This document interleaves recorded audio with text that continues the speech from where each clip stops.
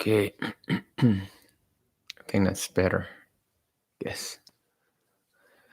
Um.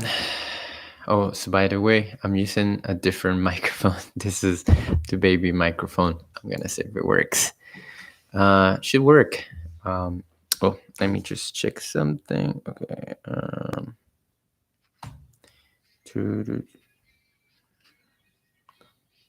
What? Hold on, guys.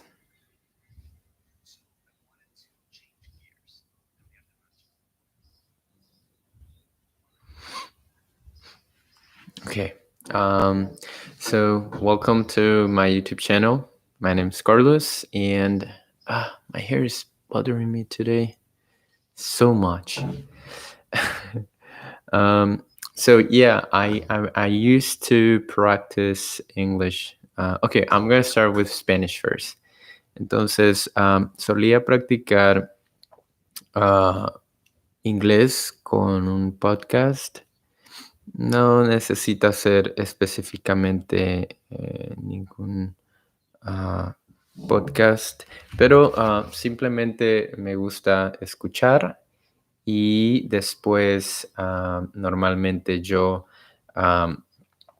voy a tratar de imitar a la persona que está en el podcast. ¿Y cómo hago esto? Básicamente pienso que la primera regla para encontrar un buen podcast es que, bueno, si tú estás aprendiendo un idioma, al menos en mi opinión, el podcast tiene que tener solamente un locutor o una persona, máximo 2 personas. El problema con los podcasts que tienen muchas personas es que a veces no podemos entender lo que ellos están diciendo y creo que puede ser frustrante incluso si el podcast es bueno, porque si tú quieres aprender un idioma, puede ser más complicado tratar de entender a 3 o 4 o incluso más personas. Entonces, sí, esa es la primera regla. La primera regla es que tiene que ser solamente una persona o tal vez si el podcast es muy bueno, 2 personas, no más. En mi caso, prefiero utilizar solamente o usar podcast que solamente tienen a un locutor o a una persona. Y, ¿qué más? Ok, lo siguiente, hay podcasts que um, eh, tienen un script. Eso quiere decir que la persona que está hablando está probablemente leyendo. Creo que muchas veces esos podcasts son muy buenos porque tú puedes encontrar el script o si no hay un script, entonces definitivamente, ¿qué iba a decir? Que si hay un script lo puedes seguir, pero si no hay un script, si no hay un script físico, quiero decir, de todas formas hay un script, pero no está disponible. La ventaja es que la persona que está leyendo no va a decir cosas extrañas o cosas que tú no puedas entender, porque se supone que ellos están leyendo.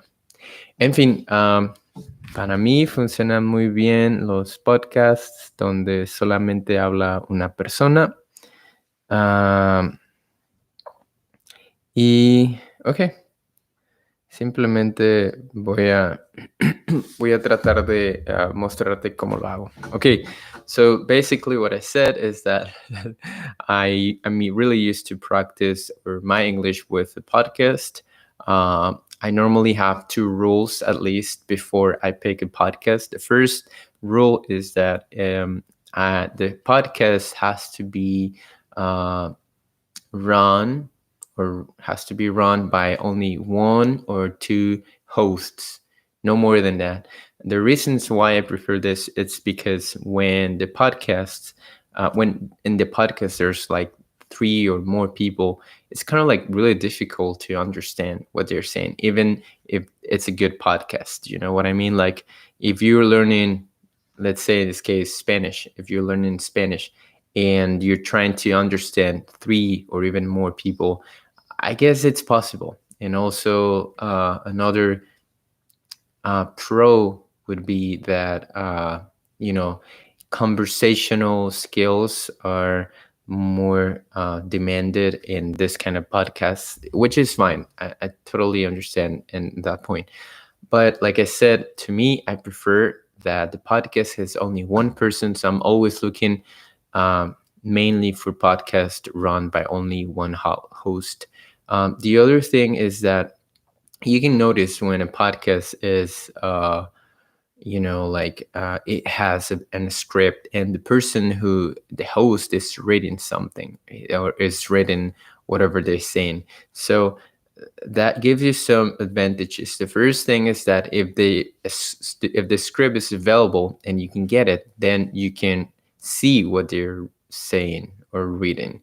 If it's not available, still, I think that a podcast that has a script, um, it gives you the opportunity to actually listen to people who are not going to make mistakes or say things that are not grammatically correct, if that makes sense. In the other hand, if the podcast has not a script and the person is just improvising, I think there are very good podcasts are out there that can really give you that. Like normally, the person takes the time to speak correctly. Mistakes are always meant to be there, to be honest. But yeah, that's what I do normally. I always try to find or to look at these things before I choose podcast. And sometimes I think it's just about how you feel when you start listening and you like it or you don't like it, right? Anyway, it's been 7 minutes explaining this. Sorry for that. By the way, if you want to join, I'm gonna be playing a Kahoot with five uh, strangers, if you want to call it that way, in like around 1 hour. Like around 1 hour, I'm gonna be playing this Kahoot. If you want to know more information, it's gonna be for free. You can send me. You can just comment on this video or send me just a comment somewhere here in my YouTube channel if you're watching this. And yeah, it's gonna be cool. It's gonna be This Kahoot is going to be like about a video that I found on YouTube. I'm gonna share it with you. It's just like 2 minutes video, no more. And yeah, there's only right now I think two people that possibly are coming. But still, I think it's kind of like a cool idea to do this. And like I said, the only thing that I'm gonna ask you in exchange is that you let me record the meeting. It's gonna be on Zoom, by the way. Um, you let me record it so I can post it or upload it here in my YouTube channel. You don't have to show your face if you don't want, or if you ask me, hey, dude, can you just blur my face because I want to be cool? Yeah, sure, whatever. Anything you need. Anyway, I'm going to start because it's been almost 10 minutes. Okay. So, hey, what's up? What's going on? Welcome to the first episode ever of English with Dane, a show designed for you to practice your English, although it won't be your run of the mill English show, right? Run of the mill means average or common. So this won't be your typical English learning show. That's what I'm trying to say. I'll be talking about my thoughts on things. I'll be talking about music, movies, TV shows, my experiences both as a teacher and also, I guess, just as a person. And I'll also be talking about news, history, and things like that. So a little bit of everything. I also be having guests on my show from time to time. friends of mine, people that I think are interested, etc. But for now, it will be a solo mission. I will be translating words. Oh, sorry. Sentences or expressions that are maybe a bit more difficult. But for the most part, this will be a free flowing show in the sense that I won't really be stopping to tell you how to use specific verb tenses, tiempos verbales. And I also won't necessarily stop to give you rules about grammar either. So, if you're looking for those things specifically, I recommend that you get a book on grammar because there are thousands. There's some really, really good ones out there. But if you're interested in just practicing your English and improving your listening skills, right, your listening ability, while listening to me talk about a wide range of topics, then this is the show for you. However, however, I also don't want to condition my show from the beginning because if I want to explain something grammar related, something about grammar, I might do it. I might do it. Okay. Puede que lo haga. Another disclaimer. This show maybe isn't for the complete beginner. Okay. I'm gonna stop right there. It's driving me crazy. So um how does this um what's it but this exercise work, right? Like I'm just like repeating like a zombie everything I hear. So the first thing, this is not the first time that I'm listening to this episode, so of course I'm used to the vocabulary. And secondly, this is not the first time that I'm actually doing this. It's kind of like mirroring, if that makes sense, or mimicking, if that makes sense. So basically, what I do is that I play the podcast over and over again for around a week. I don't tend to even pay attention to what they are saying. That's another thing. So for 1 week, or sometimes it's less than a week, just 1 or 2 days. In my own experience, after 1 or 2 days of just listening to one episode, doesn't have to be over and over again, but like, I don't know, 4 or 5, even more times a day.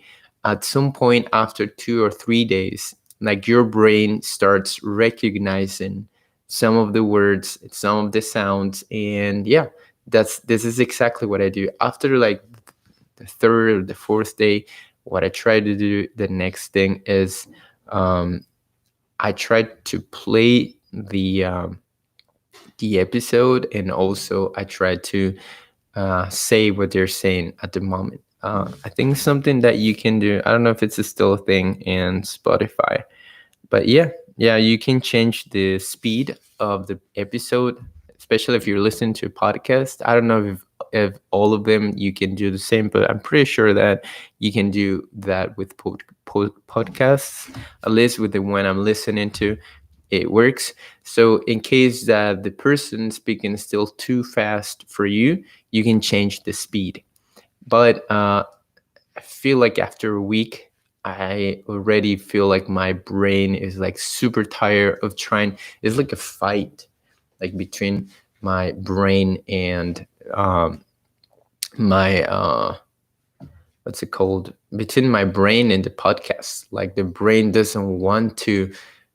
It's kind of weird to express this or to explain it, but it feels like my brain doesn't want to understand, doesn't want to get all this bunch of information.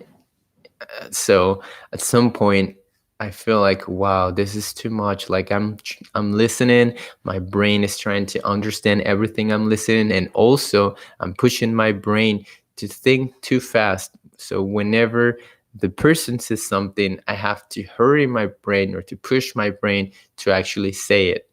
Just, like not even probably like a second after they said it. So um after like 2 or 3 weeks, I feel like my brain stops, after 1 week probably, my brain stops really, really like paying a lot of attention. And that is the moment when I start memorizing a lot of stuff. So, okay, I'm just gonna do it once more, and I'm gonna talk about some of the words that I learned in this. It's been only what, 2 minutes or something. So in 2 minutes, you can learn a lot of new words. So I'm gonna just play it once more, and yeah. Hey, what's up? What's going on? Welcome to the first episode ever. Okay, so this, when so I just try to find patterns in the podcast, or when I'm listening to something. So he says, "Welcome to the very first episode ever." So the word ever in Spanish, we don't really use it, to be honest. We don't have this ever at the end of the sentence. So once more, he says, "Welcome to the first episode ever." So I'm guessing that whenever you are starting something and you want to say or mention that this is the very first thing of this, or the first episode, or the first chapter, you can use the word ever at the end. Is there a rule? I'm not sure, but yeah. So yeah, welcome to the first episode ever. I'm gonna try to guess. Oh, thank you for that like, whoever is watching. um, oh, hablas muy bien inglés. Felicidades. Language learning lover. Thank you so much. Muchas gracias. Uh, I'm practicing. I'm just practicing. Wow, this is so amazing. I feel like a super famous YouTuber now. Thank you so much. Anyway, what I was saying is that, yeah, it seems like I don't think this is a rule. I don't know. Maybe if you're a native speaker and you're watching this, you can tell me. But by just, I'm trying to explain how this works. By just me listening to this guy saying, this is my first, or this is the first episode ever, he is kind of like teaching me a phrase that I can use in different situations. Like if I start my own podcast, I can use this expression. If I want to speak English, I can say, "Hey, welcome to my podcast. This is the first episode ever." And then it's when you actually learned, and actually you're using the phrase that you learned. So that's pretty cool. So yeah, it's something that I can learn. Okay, I'm gonna keep going. Of English with Dane, a show designed for you to practice your English. Okay, a show designed. So sometimes there are some verbs that the ever seems to be added for emphasis. Yeah, I think I was guessing that, by the way. The ever seems to be added for emphasis. Um, that so you're emphasizing that this is the first episode, I believe. Is that correct? Language learning lover. You can tell me if I'm wrong, but yeah, that's cool. So this kind of things, like to emphasize, exactly. Okay, so emphasizing something in English, I don't think we have some in Spanish. I mean, I'm gonna try to think in Spanish for a second. So este es el primer episodio. So we have something. I'm gonna type it here since someone's watching. Thank you for watching. So the only thing that I would emphasize as a Latin American speaker in Spanish, Spanish speaker. So the word for the expression for me would be like, este es el primer episodio. Este es el primer episodio. So it seems like in English, this is the first episode ever. You add this word to, as language learning lover told me, to emphasize that this is the very first thing that you're doing in this, whatever you're doing. So este es el primer episodio ever. Yeah, there's no way to emphasize it. So the only way I could potentially do this would be by saying este es el primerísimo. Oh, hold on. Let me just type it here. Primerísimo.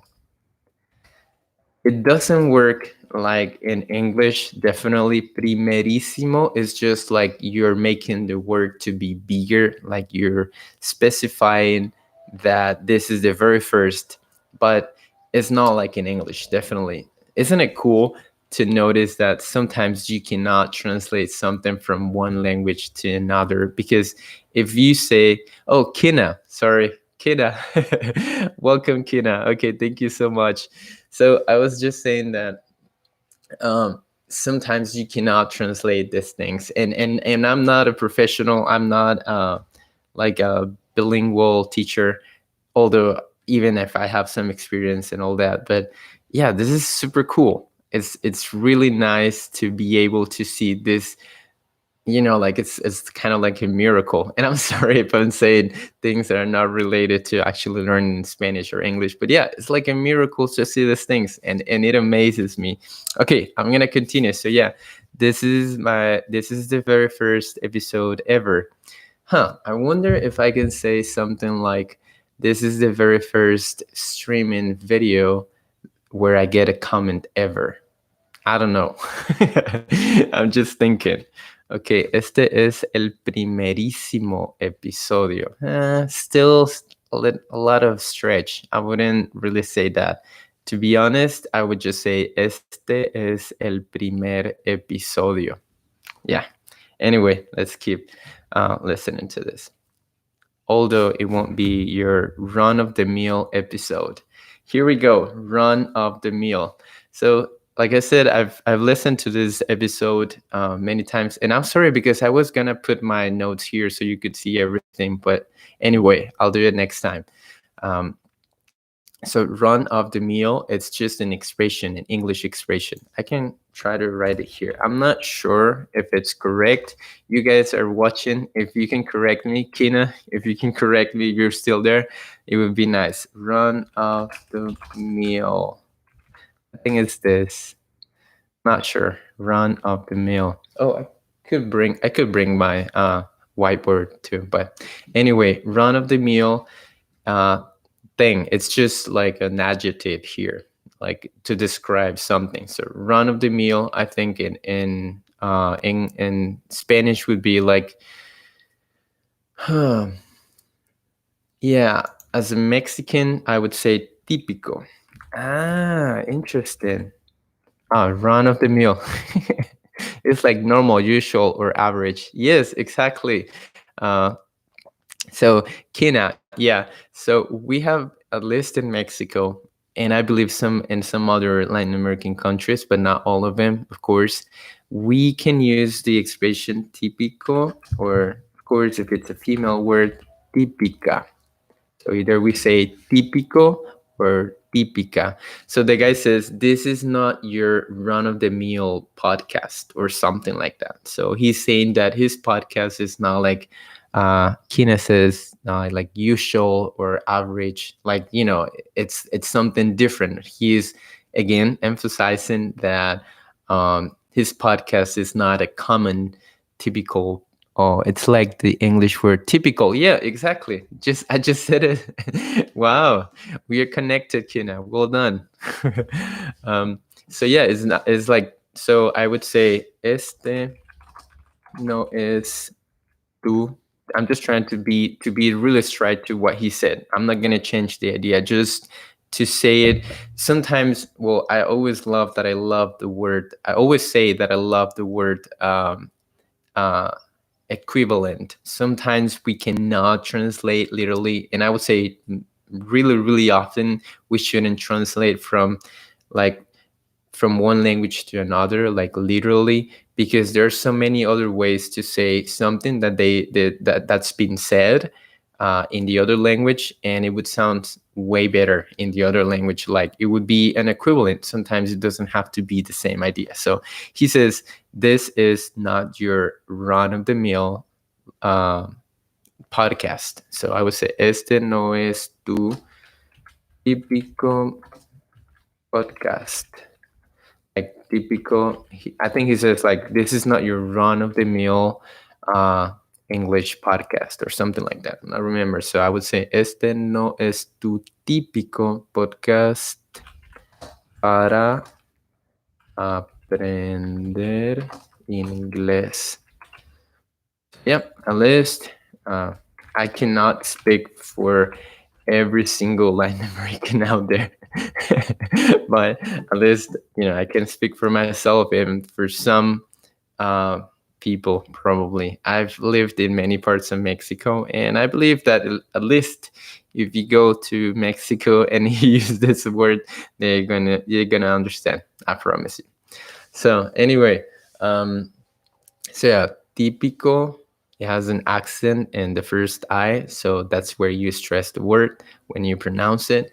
Típico or típica. Este no es tu típico podcast para aprender inglés. So run of the mill. The other question for this one, because it seems to be a really specific um, like expression, run of the mill. It's huge. It's not just one word. It's one, two, three, four words. I wonder if it's really common to hear this nowadays from people. So this is the first time that I heard someone saying run of the mill. Uh, but of course, I haven't been into many places to uh, to just say that. But I don't know. Maybe it's just because I don't speak to many native speakers. Anyway, let's continue. Run of the mill. Okay. Okay, common. So this won't be your typical English learning show. Okay, that's exactly that's what I'm trying to say. That's what I said. I'll be talking about my thoughts on things. Okay, I'll be talking about my thoughts on things. So it's funny, thoughts on things, my thoughts on things. So my thoughts on things. So this is so funny because if you want to translate this, I want to talk about my thoughts on things. You can literally translate it and say it, mis pensamientos sobre cosas, kind of like that. So I would say mis pensamientos sobre cosas. So my thoughts on things. So if you want to say something like, hey, in this YouTube channel, I'll be talking about my thoughts on things. En este canal de YouTube voy a hablar sobre mis pensamientos sobre cosas. And literally, it sounds okay. It sounds fine. There's no problem there. It's grammatically correct. There's no problems there.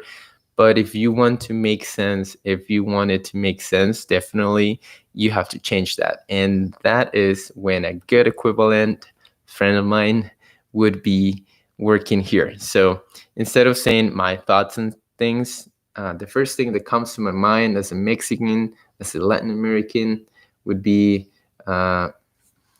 lo que pienso sobre la vida. I'm stretching too much. You're helping me with my Spanish. That's good. That's good, Kina. Like originally I just do these videos to practice myself.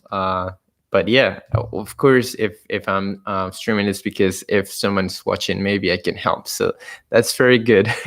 Thank you. So lo que pienso sobre la vida, or I would say lo que pienso. Huh. So I have English and Spanish keywords, so sometimes a little bit confused finding. It's really hard to find some of them. Okay, no, not yet. Okay, sobre la vida o sobre las cosas. Yeah, we don't say things. Like I'm thinking my thoughts on things. Mis pensamientos sobre las cosas. Yeah, it doesn't really make sense. If I say it in English, it makes a lot of sense. But if I try to translate this to Spanish, I would definitely say this is a good equivalent of what you're trying to say in English. So Again, and I'm about to finish. It's going to be only 30 minutes today. So, could you say temas or asuntos? That's a good thing. Like, lo que pienso sobre temas. Or you can say it literally. You can say it. The problem is that it doesn't sound right to me. It doesn't sound. Not that it doesn't sound right. It doesn't sound natural. You can still say it, but I would say en este canal de YouTube, in this YouTube channel, voy a hablar sobre lo que pienso. Oh, sorry, no, sobre lo que pienso de la vida. Just an example. So to me, it sounds more like natural to say this than even temas or asuntos. Yeah, it's interesting to see that. I could deform the phrase in Spanish to make it sound more like the original one, but it would be completely different at the same time, if that makes sense. So, yeah, uh, again, the whole phrase is I'm going to be talking about my thoughts on things. And in Spanish, I would say, voy a hablar sobre lo que pienso de la vida o de las cosas que suceden. Yeah, so then it's changing everything. So, sobre las cosas que suceden. So, yeah. Anyway, thank you so much for being here, Kina, especially you for being supportive today. I hope that maybe we can you can see my or watch my videos or how can I say that? I just Oh, thank you. It was fun. Hopefully. So yeah, I try to do this almost every day except for the weekends. Normally the weekends I don't do anything. I'm just a lazy person on weekends or I just do different things. But anyway, thank you so much, Kina, for being here. You're the first I don't know how to say this. You're the first live chatter in my streaming video. So it was fun. Thank you so much. And yeah, I'll keep practicing as usual. And see you guys in the next one.